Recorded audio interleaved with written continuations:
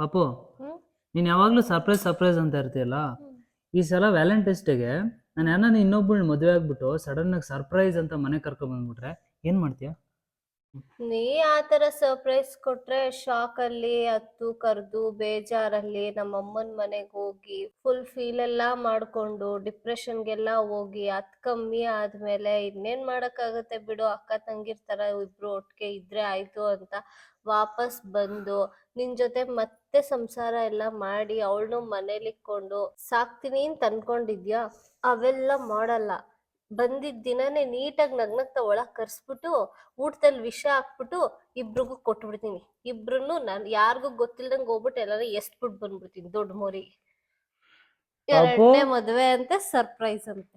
ಫು, ನಿನ್ ಮಕ್ಕಕ್ ನಾನೇ ಹೆಚ್ಚು, ನನ್ನೇ ಸಾಕಕ್ಕಾಗಲ್ಲ ಇನ್ನೊಬ್ಳು ಬೇರೆ ಅಂತೆ ಇವ್ನ್ಗೆ.